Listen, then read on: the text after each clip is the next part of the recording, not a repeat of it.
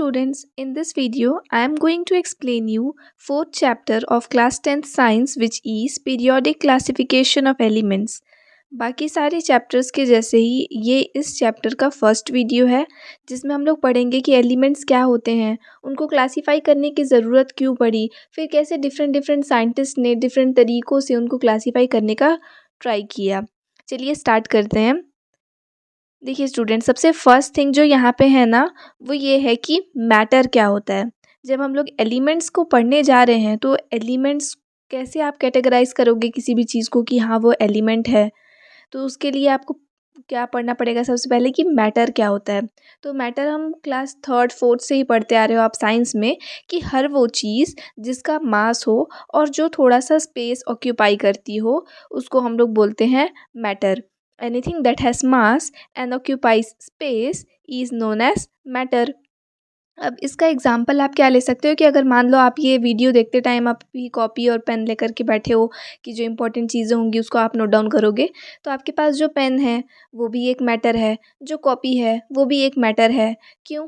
क्योंकि उसका अपना खुद का वेट है और वो थोड़ा सा स्पेस या जितना भी उसका स्पेस लगता है वो स्पेस ऑक्यूपाई करता है। ठीक है, तो मैटर को हम लोग फिर क्लासीफाई कर सकते हैं एलिमेंट्स में, कंपाउंड्स में और मिक्सचर्स में। इतने सारे टाइप्स में हम लोग मैटर को क्लासीफाई कर सकते हैं। लेकिन किसी भी सब्सटेंस को किस तरीके से क्लासीफाई किया जाता है, मतलब किस बेसिस पे हम लोग क्लासीफाई करेंगे, किस बेसिस पे बोलेंगे कि हाँ जो मैटर है, कोई मैटर है वो एलिमेंट है या फिर वो कंपाउंड है या फिर वो मिक्सचर है, किस बेसिस पे बोलेंगे। इसके लिए जो हिस्टोरियंस है ना उन लोग बहुत टाइम से, जो साइंटिस्ट थे वो लोग बहुत टाइम से कुछ ना कुछ एक्टिविटीज़ कर रहे थे, कुछ एक्सपेरिमेंट्स कर रहे थे ताकि वो लोग क्लासीफाई कर पाएँ कि हाँ एलिमेंट्स हम लोग पर्टिकुलरली किस चीज़ को बोलेंगे। तो चलिए देखते हैं कि उन्होंने इतने टाइम में फिर क्या निकाला कि एलिमेंट्स देन एंड नाउ ये टॉपिक है। तो एक फिलोसोफर हैं एरिस्टोटल, जिनका यहाँ पे दिया हुआ है कि वो किस टाइम से किस टाइम तक वो रहे हैं। तो 384 से लेकर के 322 बीसी तक। जब हम लोग बीसी में पढ़ते हैं ना किसी भी ईयर्स को, मतलब बिफोर क्रिस्ट की बात हो रही है, तो वो ऐसे रिवर्स में चलता है ना टर्म। नंबर स्केल में एक पॉइंट होता है, जब हम लोग नंबर लाइन लेते हैं तो एक पॉइंट होता है ना जिसको हम लोग ज़ीरो कंसिडर करते हैं। तो इस ज़ीरो से आप आगे बढ़ोगे तो पॉजिटिव में जाएगा और इधर आओगे तो नेगेटिव में जाएगा। तो यहाँ पे अगर मान लो कहीं पे रहा होगा 322 बीसी, तो वैसे ही यहाँ पे कहीं रहा होगा 384 बीसी।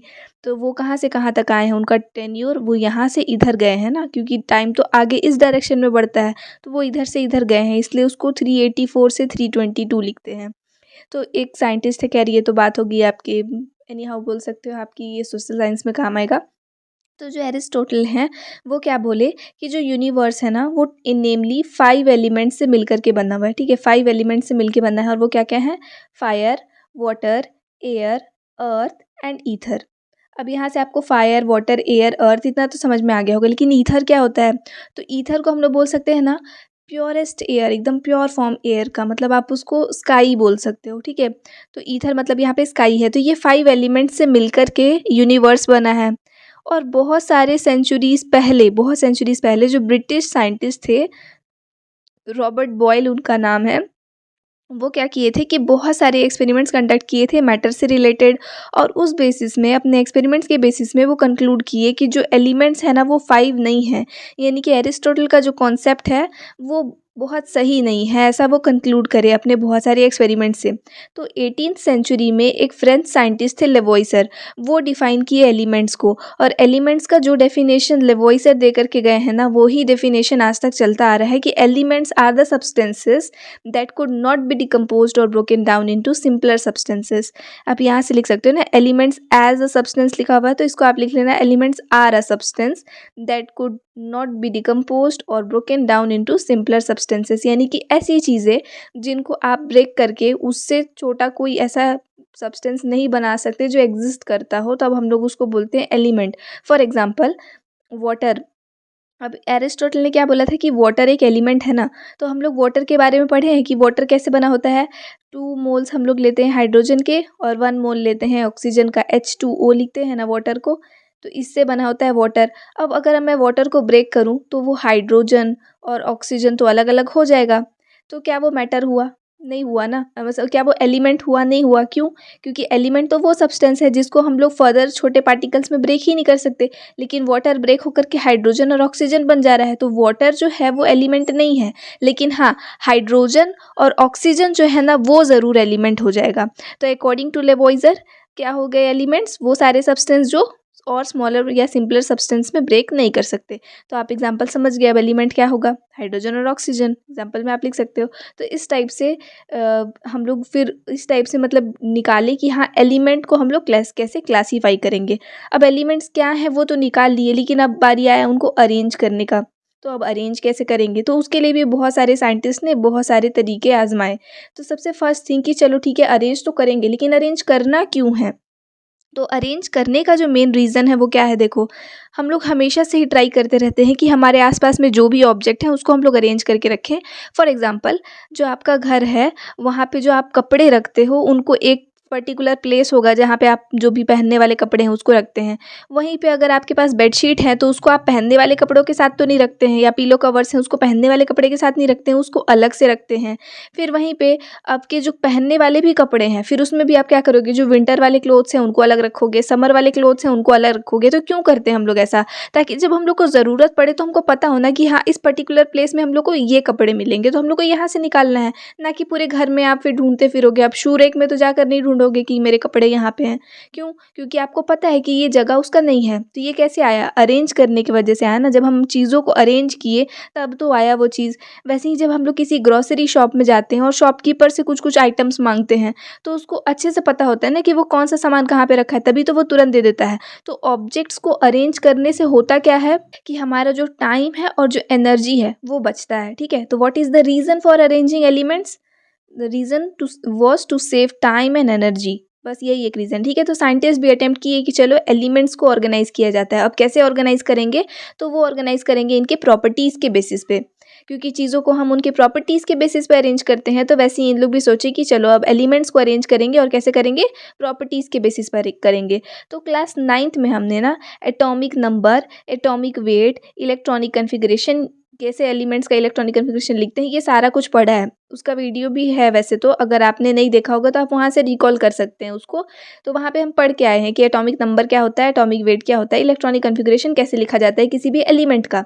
तो अभी नीचे एक टेबल है, अभी मैं दिखाऊंगी उसको। तो एक टेबल दिया हुआ है जहाँ पे एलिमेंट्स के नेम लिखे हैं, मतलब सिंबल लिखा है एलिमेंट्स का, और उसके साथ में एटॉमिक वेट लिखा हुआ है और एटॉमिक नंबर लिखा हुआ है, ये दो चीज़। अब आपको क्या करना है कि इस टेबल को एक बार increasing order of atomic weight में अरेंज करना है और एक बार increasing order of atomic number में अरेंज करना है। टेबल देखते हैं, यहाँ पे नीचे में दिया हुआ है टेबल 1। ठीक, क्या क्या करना है? एक बार increasing order of atomic weight और एक बार increasing order of atomic number. तो पहले एटॉमिक नंबर से स्टार्ट करते हैं, थोड़ा इजी हो जाएगा। तो यहाँ दिख रहा है एटॉमिक नंबर 1, तो इसको हाइड्रोजन का आप पोजीशन दे दो 1। उसके बाद देखो एटॉमिक नंबर 1 से बड़ा क्या नंबर होगा? 2। तो यहाँ दिख रहा है 2, तो हीलियम हो गया सेकंड पोजीशन पे। ऐसे नंबर लिखने का मेरे को ज़रूरत नहीं पड़ेगा क्योंकि एकदम सीक्वेंस में ही है। तो 1 और 2 हो गया। उसके बाद फिर यहाँ पे थर्ड देखो आप, थर्ड यहाँ दिया है 3 दिया है, तो 3 ले लेते हैं। लिथियम हो गया थर्ड पोजीशन पे। उसके बाद दिया होगा कहीं पे 4, ये रहा 4, तो 4 हो गया बेरिलियम। और उसके बाद फिर 5, फिफ्थ पोजीशन है बोरोन का। जैसे नंबर दिया है उस बेसिस पे जैसे आप लिख लिए। ठीक है, अब पूरा नहीं अरेंज कर रही हूँ मैं, फर्स्ट 5 एलिमेंट्स लेते हैं। तो हमने जैसे मान लो, आप पूरा अरेंज करके देखना एक बार। ठीक है, पूरा अरेंज करके टेबल बनाना, बहुत ज़्यादा टाइम लगेगा, इसलिए 5 एलिमेंट्स से समझा दे रही हूँ आपको। पहले एटॉमिक नंबर के इंक्रीजिंग ऑर्डर में बोला, तो ये इंक्रीजिंग ऑर्डर हो गया 1 से 5 तक। उसके बाद एटॉमिक वेट के इंक्रीजिंग ऑर्डर में बोला, तो एटॉमिक वेट किसका देखो, जैसे यहाँ पे सबसे स्मॉलेस्ट तो यही दिख रहा है 1 ही। ठीक, तो ये ऑलरेडी फर्स्ट पोजीशन पे ही था। इसके बाद इससे बड़ा कौन सा नंबर है? तो 1 से बड़ा आप यहाँ पूरे में ढूंढ सकते हैं। तो यहाँ पे दिख रहा है आपको ये 4, ये 1 से बड़ा है, और तो कोई नंबर नहीं है उस टाइप से। तो ये आ गया सेकंड पोजीशन पे, और देखो एटॉमिक नंबर के बेसिस पे भी ये सेकंड पोजीशन पे ही है। उसके बाद देखते हैं हम लोग नेक्स्ट 4 से बड़ा कौन सा नंबर है। तो 4 से बड़ा जैसे यहाँ पे मुझे दिख रहा है, इस वाले में दिख रहा है 9, और उससे छोटा कुछ अगर दिख रहा होगा तो हाँ, ये देखो 6.9, ये उससे छोटा। और देखो यहाँ पे ये भी थर्ड नंबर था, एटॉमिक नंबर के बेसिस पे भी वो थर्ड पोजीशन पे ही था, एटॉमिक वेट के बेसिस पे भी वो थर्ड पोजीशन पे आया। अगर वैसे ही जाएंगे तो हाँ, फोर्थ पोजीशन पे ये आ गया 9 वाला, और फिफ्थ पोजीशन पे ये 10.8। अभी इतना जो आप अरेंज किए 5 एलिमेंट्स को ही, तो इससे आपको क्या समझ में आया? क्वेश्चन पूछा है, did you get same order of elements in both the cases? क्या दोनों केसेस में आपको सेम ऑर्डर मिला? तो ये सब कोर्स मिला ना, सेम ऑर्डर मिला हम लोग को। जैसा हम लोग को एटॉमिक नंबर में मिला था वैसे ही एटॉमिक बेस मास पे भी मिला। एंड उसके बाद फिर right the electronic configuration of given elements, क्योंकि आप ये क्लास 9th में ऑलरेडी पढ़ रखे हो कि इलेक्ट्रॉनिक कन्फिगरेशन कैसे लिखा जाता है, तो ये आप लोग खुद से ट्राई करोगे कि इन सब का इलेक्ट्रॉनिक कन्फिगरेशन लिखोगे। एंड उसके बाद भी अगर आपसे नहीं बनता है तो फिर आप बताना, तो उसके ऊपर एक शॉर्ट वीडियो अलग से आ जाएगा, ठीक है। नेक्स्ट दिया है, can we group the elements based on their electronic configuration. तो अभी तो फिलहाल हम लोग एटॉमिक वेट और एटॉमिक नंबर के बेसिस पे तो क्लासीफाई कर सकते हैं, इंक्रीजिंग या डिक्रीजिंग ऑर्डर में। ग्रुप तो हो गया, अरेंज करना था ना, तो वैसे तो कर लिए। अब पूछ रहा है कि क्या हम लोग उसको इलेक्ट्रॉनिक कन्फिगरेशन के बेसिस पे भी अरेंज कर सकते हैं, तो ये सब कोर्स कर सकते हैं ना। जब आप इलेक्ट्रॉनिक कन्फिगरेशन लिखोगे ना तो आपको याद आ जाएगा। वैसे भी अगर एक हिंट के लिए मैं बोलूँ, तो जब आप इलेक्ट्रॉनिक कन्फिगरेशन लिखते हैं तो स्टार्टिंग वाले शेल में 2 इलेक्ट्रॉन्स, उसके बाद वाले में 8 इलेक्ट्रॉन्स, ऐसे करके लिखते हो ना। तो कौन सा सिर्फ फर्स्ट शेल में ही ख़त्म हो जा रहा है, किस में सेकंड शेल लग रहा है, किस में थर्ड शेल लग रहा है, उस बेसिस पे हम लोग उसको अरेंज कर सकते हैं। तो इसका आंसर भी हो जाएगा आपका येस, हम लोग अरेंज कर सकते हैं इलेक्ट्रॉनिक कन्फिगरेशन के बेसिस पे। तो by now you must have realized why we try to arrange and organize elements and that there can be more than arrangement. यानी कि अब आपको समझ में आ गया होगा कि क्यों हम लोग एलिमेंट्स को ऑर्गेनाइज करेंगे, मतलब ऑर्गेनाइज करना चाहते थे साइंटिस्ट, है ना। और उनको ऑर्गेनाइज करने के बहुत सारे तरीके हो सकते थे। तो चलो कौन कौन से साइंटिस्ट क्या क्या अटेम्प्ट किए थे इनको अरेंज करने का, वो हम लोग पढ़ते हैं। सबसे फर्स्ट है यहाँ पे डोबेरिनर्स लॉ ऑफ ट्रायड्स। सबसे फर्स्ट साइंटिस्ट ये हैं जिन्होंने ट्राई किया कि एलिमेंट्स को हम लोग क्या करें, अरेंज करें, उनको ऑर्गेनाइज करके रखें। तो ये एक जर्मन साइंटिस्ट थे डॉबेरिनर। उन्होंने क्या किया कि एलिमेंट्स को उनके एटॉमिक वेट के बेसिस पे क्लासीफाई किया। अब एटॉमिक वेट के बेसिस पे वो क्या करते हैं कि 3 एलिमेंट्स लेते हैं, कोई भी 3 एलिमेंट्स जिनका प्रॉपर्टी सिमिलर हो। अब 3 लिए हैं ना, इसलिए इसका नाम है ट्रायड्स, डॉबेरिनर्स लॉ ऑफ ट्रायड्स, क्योंकि 3 एलिमेंट्स यूज़ किए हैं। तो जब वो सिमिलर प्रॉपर्टीज़ वाले कोई भी 3 एलिमेंट्स को लिए और उनको उनके increasing order of atomic wait, इस बेसिस पे ना, उनके एटॉमिक वेट के इंक्रीजिंग ऑर्डर के बेसिस पे जब उनको अरेंज किए, तो उनको क्या मिला कि जो फर्स्ट एलिमेंट होता था उनके ट्रायड्स का, जैसे यहाँ पे आप एग्जांपल से देखो, लिथियम, सोडियम और पोटेशियम, ये तीनों लिए हैं। तो वो क्या किए कि जो उनका फर्स्ट एलिमेंट होता था ट्रायड का और जो थर्ड एलिमेंट होता था ट्रायड का, जब ये दोनों के एटॉमिक वेट को वो सम करते थे एंड उसका एवरेज निकालते थे, तो जो मिडिल वाला एलिमेंट है उसके इक्वल आता था। इसको एक्सप्लेन कर देती हूँ मैं आपको। जैसे लिथियम है, उसका कितना दिया है, 6.9 दिया है, तो आप लिए 6.9 और उसके बाद सम किए किसको, लास्ट वाले को। फर्स्ट एंड लास्ट वाले को वो कर रहे हैं, तो लास्ट वाला है 39.1, ये लिए। अब ये दोनों को आपको सम करना है। अच्छा, टोटल करोगे तो क्या होगा ना, इसको आप 6.9 की जगह आप 7 ले सकते हो, क्योंकि इस जो 39.1 है इसका 0.1 जब यहाँ आएगा तो वो तो 7 हो ही जाएगा।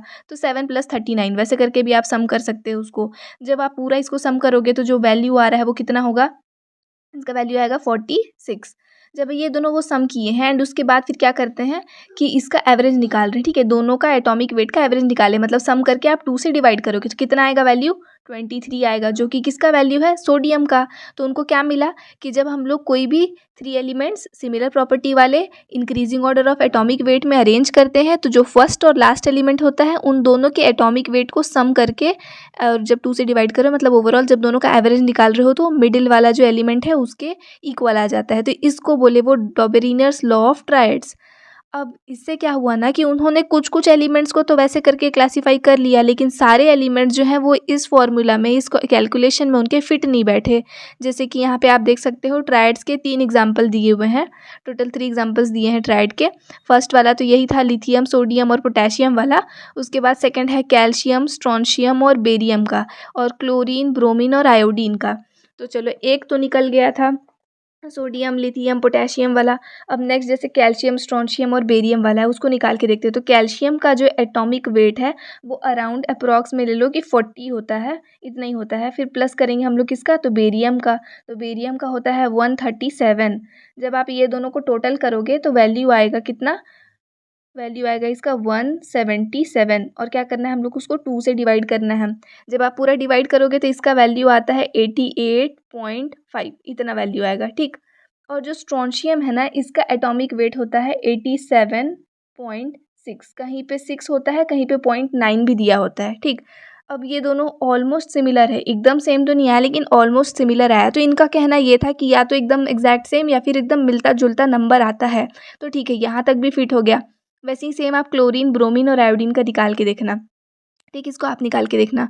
तो वैसे करके क्या हुआ ना उनका कि कुछ कुछ एलिमेंट्स में तो ठीक है फिट बैठ गया इनका, लेकिन सारे एलिमेंट्स में ये फिट नहीं बैठ रहा था इनका लॉ। इसलिए क्या हुआ कि ये रिजेक्ट हो गया। एंड क्या होता है ना कि सिर्फ ये इकलौते तो नहीं थे जो क्लासीफाई करने का कोशिश कर रहे थे, इनके अलावा और भी साइंटिस्ट थे। तो वैसे ही एक लगे हुए थे साइंटिस्ट जिनका नाम था न्यूलैंड। तो उनके अटेम्प्ट्स जो थे वो भी बहुत सारे अटेम्प्ट्स किए, तो उसमें से एक ऐसा अटेम्प्ट था जो कि सही हो गया। तो उनको ऐसा लगा कि हाँ, डॉबेनिनर्स का जो लॉ था ट्रायड वाला, उससे बेटर इनका लॉ है। तो नेक्स्ट लॉ हम लोग देखेंगे अब, न्यूलैंड्स लॉ ऑफ ऑक्टेव्स। अब इन्होंने क्या लॉ दिया, तो डॉबेनिनर्स क्या किए थे कि कुछ एलिमेंट्स को लिए प्रॉपर्टीज उसके एटॉमिक वेट के बेसिस पे क्लासीफाई कर दिए। ठीक है, अब वैसे ही अब ये करेंगे, ये भी एटॉमिक वेट के बेसिस पे ही उसको क्लासीफाई करते हैं। ये फिर से वही काम करते हैं कि एलिमेंट्स को लेते हैं और उनके इंक्रीजिंग एटॉमिक वेट के बेसिस में उनको रख देते हैं। लेकिन ये क्या करते हैं ना, अब क्योंकि ऑक्टेव्स है मतलब 8 आप बोल सकते हो, अब उनका ट्रायड था, इनका ऑक्टेव है। तो अब ये क्या करे कि इन्होंने जो एलिमेंट्स लिया उसको ना, म्यूज़िक सिस्टम जो होता है ना, जैसे उसमें 7 नोट्स होते हैं, सारेगामा वाला जो सिस्टम पढ़ते हैं हम लोग, 7 नोट्स होते हैं टोटल। तो जो 7 नोट है उसके बाद जो 8th नोट होता है वो फर्स्ट नोट के जैसा ही होता है। जैसे ये है पूरा सा रे गा मा पा धा नी, एंड इसके बाद फिर क्या आता है सा।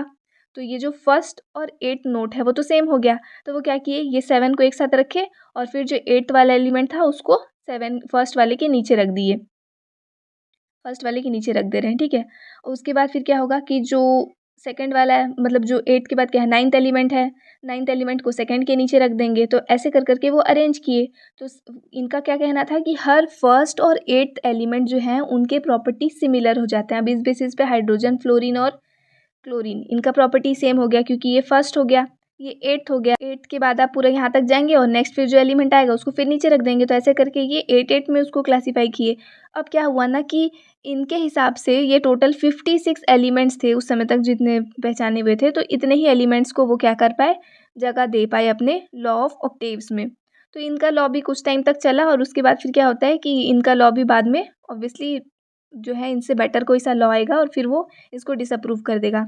तो he put hydrogen having the least atomic weight at the first position and ended with the element thorium. ठीक है, हाइड्रोजन से स्टार्ट करके वो थोरियम पे एंड किए थे। यहाँ पूरे नहीं दिए हुए, टोटल 56 है ना, तो यहाँ पे 56 नहीं दिया हुआ है, इतना ही दिया है। 24 एलिमेंट्स का दिया है ना टोटल, ये कितना है 27 एलिमेंट्स है, यहाँ 7 इंटू 3 21 एलिमेंट्स है, इतने ही का यहाँ पे दिया है।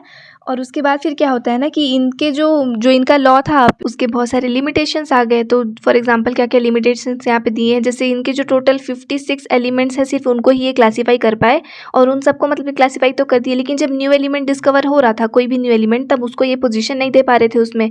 पहला लिमिटेशन ये हो गया। उसके बाद इनके लॉ ऑफ ऑक्टेव के अकॉर्डिंग इनका ये जो लॉ था ना वो कैल्शियम तक ही एप्लीकेबल हो पा रहा था। कैल्शियम का एटॉमिक नंबर होता है 20। ठीक है, टोटल कितने एलिमेंट्स डिस्कवर हुए हैं 56। तो कहाँ तक एप्लीकेबल हो पा रहा है, कैल्शियम तक। तो कैल्शियम तक ही हो पा रहा है, और उसके बाद से जो भी हैं उनका उन पे नहीं हो पा रहा था। ये एक इनका हो जाएगा लिमिटेशन। नेक्स्ट आ जाता है कि ये अनलाइक एलिमेंट्स थे उनको भी सेम ग्रुप में रख दिए, जैसे कि आयरन को ऑक्सीजन और सल्फर के साथ में रख दिए थे। अब आप देखो जैसे यहीं पे दिया हुआ है, ये आयरन ऑक्सीजन सल्फर तो दिया ही है, ये ऑक्सीजन ये सल्फर उसके नीचे आयरन। अब ये तीनों को वो सेम ग्रुप में रख दिए। अब यहाँ देखो ऑक्सीजन और सल्फर जो है वो नॉन मेटल है, आयरन तो प्योर मेटल है। इसके बाद ऑक्सीजन और सल्फर जो है वो तो गैसियस फॉर्म में दिखेगा, लेकिन आयरन सॉलिड फॉर्म में रहता है। तो क्या हुआ कि अनलाइक एलिमेंट्स को वो सेम ग्रुप में रख दिए हैं, तो ये एक इनका ड्रॉबैक हो गया। तो इस टाइप से इनका जो लॉ था वो भी क्या हुआ, बाद में फिर डिसएग्री हो गया। तो नेक्स्ट फिर आते हैं हम लोग, अच्छा यहाँ पे कुछ क्वेश्चन है, पहले उसको देख लेते हैं।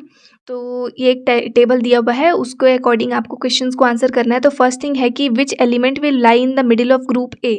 तो ग्रुप ए के बीच में यहाँ पे कौन सा एलिमेंट रहेगा, तो दिख रहा है लिथियम और पोटेशियम है, अभी जस्ट हम लोग पढ़ के आए थे, यहाँ पे सोडियम आ जाएगा, तो वो आप लिख देंगे। उसके बाद एटॉमिक वेट आपको ग्रुप बी के मिडिल एलिमेंट का बताना है। तो ग्रुप बी में मिडिल एलिमेंट है स्ट्रोंशियम, इसका एटॉमिक वेट यहाँ पे नहीं दिया हुआ है, अभी जस्ट हम लोग कैलकुलेट किए थे, मैं अप्रॉक्स वाले वैल्यूज़ दी थी, यहाँ पे पूरे पॉइंट के साथ में वैल्यू दिया है, आप सम करके उसका एवरेज निकालोगे। ठीक है, आ जाएगा। और थर्ड वाला जो है वो ग्रुप सी के मिडिल एलिमेंट को बोल रहा है, तो ये तो मैं आपको ऑलरेडी होमवर्क दी थी कि आपको थर्ड वाला करना है, तो उसको आप करके देखोगे। ठीक, उसके बाद आपको लिमिटेशंस लिखने हैं डॉबेरिनर्स क्लासिफिकेशन के। तो इनका लिमिटेशन क्या था कि ये बहुत कम एलिमेंट्स को ही क्लासीफाई कर पाए थे, सारे के ऊपर इनका जो रूल था वो फिट नहीं बैठा।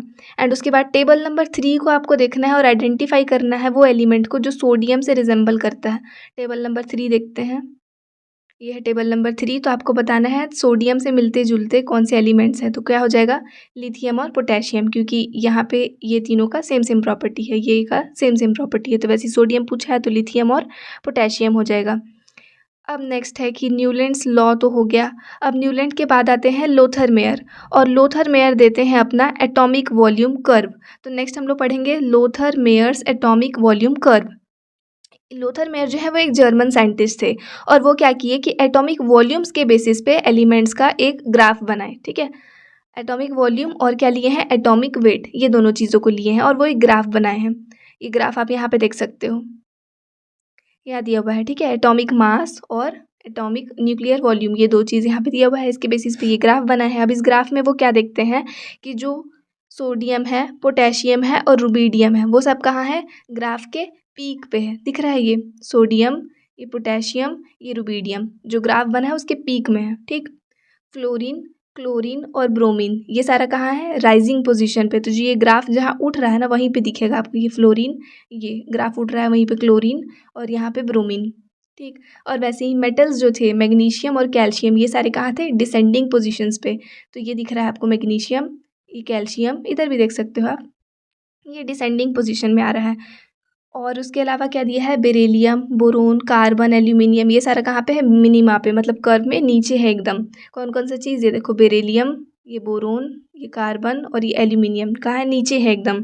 तो इनके अकॉर्डिंग क्या हुआ ना कि जब हम लोग एटॉमिक वॉल्यूम और एटॉमिक मास का ग्राफ बनाते हैं तो उस बेसिस में क्या आता है कि वो सारे एलिमेंट्स जिनके प्रॉपर्टी सिमिलर है उनका पोजीशन भी जो लोकेशन है वो ऑलमोस्ट कर्व में सिमिलर जगह पे होता है। ये इनका ऑब्जर्वेशन था। अब इनके कंटेम्पोररी में एक और साइंटिस्ट थे मेंडलीव, जो कि एलिमेंट्स को क्लासीफाई करने का ट्राई कर रहे थे। अब लोथर मेयर जो है वो तो अपने अकॉर्डिंग दे दिए, लेकिन मेंडलीव का जो क्लासिफिकेशन था वो इनसे कई गुना ज़्यादा बेटर था।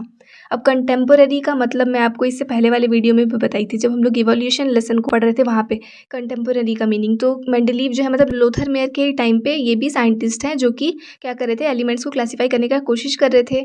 तो उसमें क्या हुआ कि उनका क्लासिफिकेशन इनसे बेटर आ गया, तो फिर उस क्लासिफिकेशन को ज़्यादा अप्रूव कर लिया गया एंड उसको हम लोग उनका बहुत बड़ा ही रोल रहा है। अभी भी जो हमारे पास पीरियोडिक टेबल है उसमें मेंडलीव का बहुत बड़ा कंट्रीब्यूशन है। तो लोथर मेयर के बाद जो नेक्स्ट आता है वो है मेंडलीव्स क्लासिफिकेशन। अब ये वाले टॉपिक को हम लोग नेक्स्ट वाले वीडियो में पढ़ेंगे। आई होप यहाँ तक आपको सब कुछ समझ में आया होगा। कोई भी डाउट होगा तो उसको आप लोग कमेंट में पूछ सकते हैं। Thanks for watching.